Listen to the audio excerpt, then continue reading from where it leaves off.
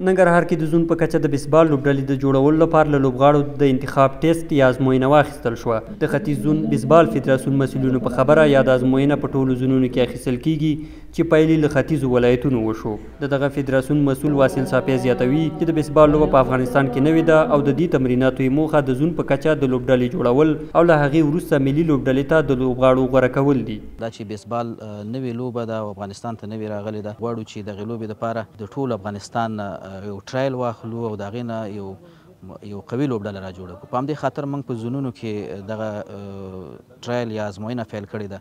د هر زون نه موږ ازموینه اخلو، هغې کې چې کوم کسان وړتیا لري دغې لوبې دپاره، چې هغه کوم برخې دي، تخنیک او دقت او قوت او دغه شیان په دې کې ډېر ضرور دي، هایټ. نو دغه لوبغاړي موږ غوره کوو 22 کسان 20 کسان د هر زون نه موږ انتخابو. له دې وروسته بیا چې دا ټولو زونونو نه موږ ټرایلونه واخیستل خلاص شول، بیا له دې وروسته موږ د زونونو په سطحه باندې یو ټورنمنټ په کابل کې د اګست په آخر کې انشاءالله پیلو.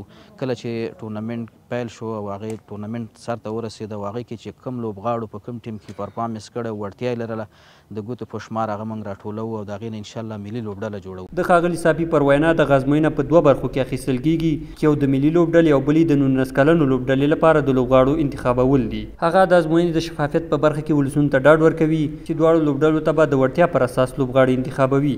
دغه ټرایل یا ازموینه موږ په دوه برخو تقسیم کړې ده. یو جونیئر ځوانان چې موږ په راتلونکي کې دې ته پلان لرو، یا د انډر 19 یا د 17 ټیمونو دپاره، او یو هغه د ملي لوبډلې دپاره چې موږ کوم پلان لرو. نو دواړه برخې موږ نظر کې نیولي دي چې دواړه برخې لوبغاړو کې چې وګورو چې کوم هغه جونیئر کې څوک تکړه یا هغه استعداد یې هغه هم سلیکټ کړو، او همدارنګې د زون په سطحه یا ملي لوبډلې ته چې کوم پلان لرو هغه ایج کې یا عمرونو کې چې کوم لوبغاړي دي هغې دپاره موږ پلان لرو چې هغه هم ځان سره سلیکټ کړو. نو د دوه لوبډلو فی الحال موږ جونیئر او سینیئر لوبغاړو د لوبډلو لپاره دغه پروګرام لرو. ورته مهال دغه ځوانان چې خپلو هیلو ته د رسېدو لپاره یې د لوبو ډګر ګرم ساتلی دی، وایي خوښ دي چې د بیسبال لوبه افغانستان کې هم مروج شوه. دوی زیاتوي په دغه برخه کې شته تشه ډکوي او د بیسبال په نړیوالو ډګرونو کې به خپل هیواد له سیالانو سره سیال کوي.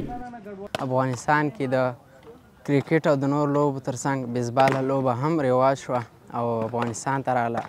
نن ورځ په ننګرهار کې ټریل دی. زه غواړم چې دې کې نوملیکنه وکړم او مخکې لاړ شم، څوک د هیواد لپاره یو هغه لاسته راوړنه راوړم. د بیسبال کوم مشران چې دي هغه غواړي په زونونو په کچه باندې ټیم جوړ کړي، او نن زه راغلی یم د ختیځ زون دلته ټیم جوړېږي انشاءالله. امیدوار یو د ټرایل کې کامیاب شو او مخکې لاړ شو. د فدراسیون د مسؤلینو په خبر د بیسبال ملي لوبډلې 2 نړیوال سفرونه هم کړي، خو د لا پیاوړتیا په موخه یې په ټولو زونونو کې د غوره لوبغاړو لټون پیل کړی دی.